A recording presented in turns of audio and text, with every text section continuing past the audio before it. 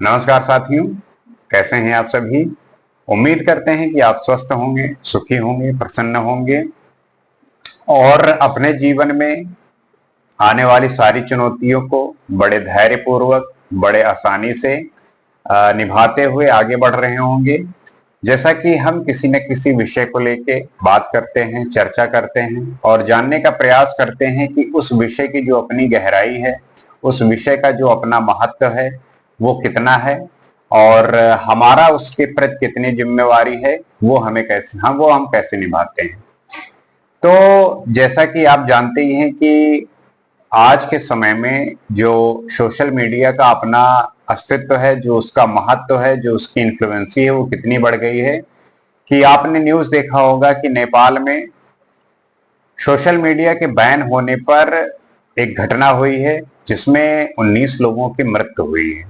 अब उसमें वो सारे के सारे ज्यादातर जो टीन एज के हैं, जो जनजी जनरेशन अभी कह सकते हैं, तो उन्होंने प्रोटेस्ट किया और इस प्रोटेस्ट में हुआ ये है कि नेपाल गवर्नमेंट ने जो सोशल मीडिया ऐप हैं उनको सबको बैन कर दिया, जिसमें मेटा के इंस्टाग्राम, फेसबुक, व्हाट्सएप, यूट्यूब और इस तरीके से बहुत सारे ऐप जो है उन्होंने बैन कर दिए, इस वजह से कि उन्हें लगा कि इसका गलत इस्तेमाल किया जा रहा है, हमारे देश में गलत न्यूज फैलाई जा रही है, इसका सही प्रचार नहीं किया जा रहा है। तो इसको लेके वहां की गवर्नमेंट ने बैन किया, लेकिन इसका जो है परिणाम ये हुआ कि वहां के जो यूथ है, वहां के जो बच्चे हैं, उन्होंने प्रोटेस्ट किया और प्रोटेस्ट इतना हिंसात्मक हो गया, इतना दर्दनाक हो गया कि उसमें 19 बच्चों की मृत्यु हो गई। तो हमें ये बात समझनी है कि सोशल मीडिया क्या हम पे इतना हावी हो चुका है कि उसके बिना हम रह नहीं सकते। क्योंकि अगर ऐसी हालात है कि अगर वो उसे बैन कर दिया जाए किसी कारणवश, किसी अपनी मतलब नेशनल इशू को लेके, कि उनके माध्यम से बहुत ऐसी बातें होती हैं जो फैलाई जाती हैं, जैसे झूठा प्रचार प्रसार किया जाता है सोशल मीडिया के थ्रू। कहीं अगर हिंसा भड़काना हो तो उससे भी हो सकता है।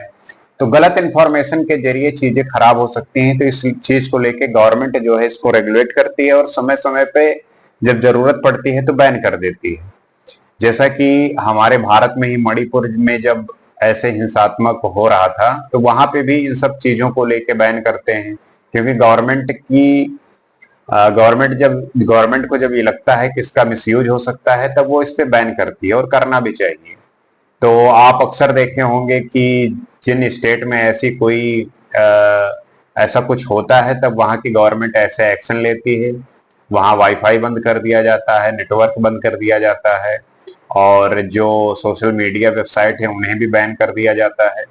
तो उसके प्रभाव से जो हम उसके एडिक्ट हो चुके हैं, उसके जो हम आदी हो चुके हैं, तो क्या उसके बिना हम रह ही नहीं सकते?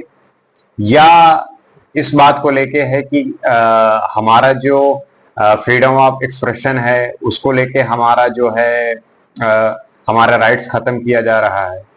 क्योंकि जो भी आपका फ्रीडम ऑफ स्पीच है वो हमेशा रहता है, उसमें किसी तरीके का लिमिट नहीं किया जाता। लेकिन जब बात आ जाती है किसी देश की संप्रभुता, सॉवरेनिटी को लेके, इंटीग्रिटी को लेके, और तब फिर जो है वो कंट्री, वो स्टेट जो है अपने तरीके से इस पे निर्णय ले सकती है, वो बैन कर सकती है और उसके स्टेट में, उसके देश में किसी भी तरीके का हिंसात्मक या गलत प्रचार प्रसार ना हो, तो इस चीज को लेके वो करती है।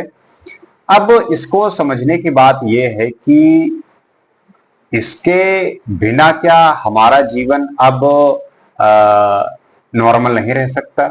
क्योंकि आपको भी पता है कि जब हम नॉर्मली बैठे भी होते हैं तब हम किसी न किसी वेबसाइट को यूज ही कर रहे होते हैं और हमारा वो जो आदत है वो इस तरीके से है कि बिना फोन के और बिना किसी सोशल मीडिया वेबसाइट के अब हम रह नहीं पाते। तो इसका प्रभाव हमें देखने को मिल रहा है। और क्या इसका प्रभाव इस तरीके से देख सकते हैं कि अगर हमने इस पे नियंत्रण नहीं किया या हम अपनी चीजों को ठीक तरीके से नहीं डायरेक्ट किया, तब ये चीजें काफी ज्यादा बिगड़ सकती हैं। क्योंकि अगर इतना ज्यादा एडिक्शन है, तब तो मान लीजिए किसी परिस्थिति में इन्हें बैन किया जाए, बंद किया जाए, तो हमारा जो अपनी आइडेंटिटी है, हम जो इंडिविजुअली पर्सनली अपने आप को किस तरीके से हम मैनेज करेंगे। क्योंकि जैसे आज के समय ऐसे हो गया है कि एक समय था कि व्यक्ति को अगर अन्न मिल रहा है खाने को, पीने को पानी मिल रहा है और सांस लेने के लिए हवा मिल रहा है, तब वो जीवित रहेगा, वो आसानी से जी सकता था। लेकिन आज के समय में हालात ये हो चुके हैं कि लोगों को बिना फोन के रहना मुश्किल हो गया है। बहुत बहुत आपको ऐसे केस देखने को मिलेंगे जो बच्चे गेम के और फोन के इतने एडिक्ट हैं कि जब उनका फोन ले लिया जाता है, तब उनमें ऐसी बेचैनी और इतना गुस्सा, इतना फ्रस्ट्रेशन आ जाता है कि वो मारने लगते हैं और गाली देने लगते हैं, वो उल्टे सीधे काम करने लगते हैं। बहुत सारे पेरेंट्स ऐसे होते हैं जो फोन छीन लेते हैं। अब वो छीन लिए, लेकिन चूंकि उनका माइंड वैसे ही प्रिपेयर है, तब चीजें बहुत खतरनाक हो जाती हैं। तब करें क्या? तब करने का यही है कि इसको रेगुलेट करने की जरूरत है। रेगुलेट इस तरीके से कर सकते हैं कि शायद इसके बहुत सारे हो सकते हैं कि कैसे इस पे किया जा सकता है। जैसे कि ये हो सकता है किसी भी सोशल मीडिया पे एक टाइम के बाद उसमें लिमिट लग जाए। मान लीजिए मेटा है, फेसबुक है, व्हाट्सएप है, तो उसका एक टाइम ड्यूरेशन होना चाहिए कि अगर मान लीजिए आपने इतने घंटे यूज किया, उसके बाद अब जो है ये नहीं चलेगा। तो इसमें भी बहुत तरीके की कॉम्प्लेक्सिटी है, बहुत तरीके से इसका गलत तरीके से इस्तेमाल हो सकता है, या कुछ भी ऐसा हो सकता है जो शायद कारगर ना हो। लेकिन एक तरीका ये हो सकता है कि हम जो है उसको एक टाइम पीरियड के लिए लिमिट कर दें। बाकी हमें बच्चों को शुरू से ही, जब वो छोटे हों तभी से सिखाना है, तभी से उनको इन सब चीजों को लेके अवेयर कराना है।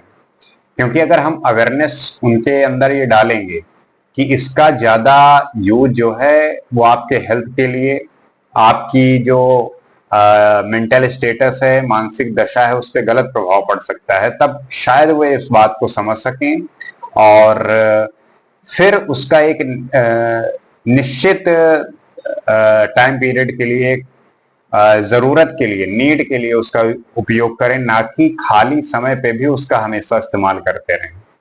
तो चूंकि वो ऐसा ही है कि जब वो उसे यूज कर रहे होते हैं, तब उन्हें लगता है कि शायद जो हमारे थॉट्स हैं वो हमें डाइवर्ट किए रहते हैं।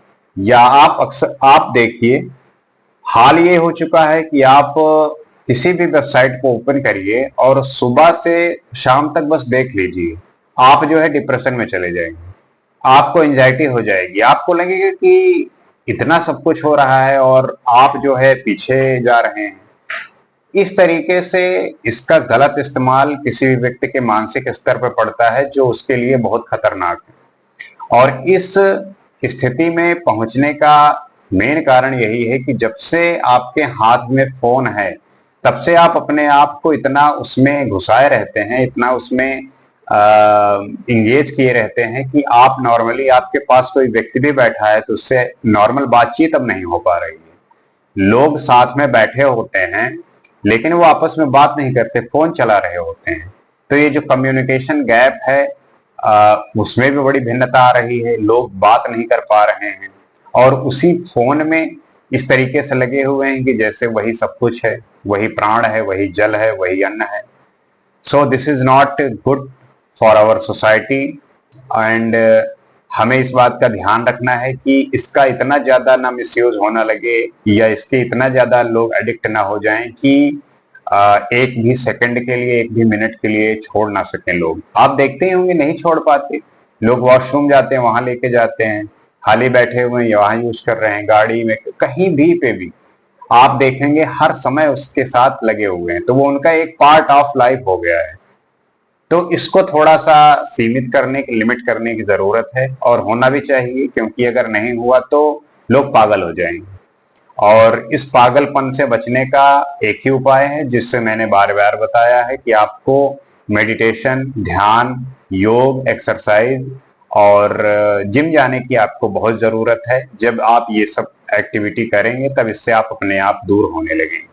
तो आशा करते हैं कि बात समझे होंगे और इस बात को समझकर आप भी चिंतन करेंगे, आप भी मंथन करेंगे। और आपको क्या लगता है कि आप कितना इंगेज रहते हैं इन सोशल मीडिया से और फोन से?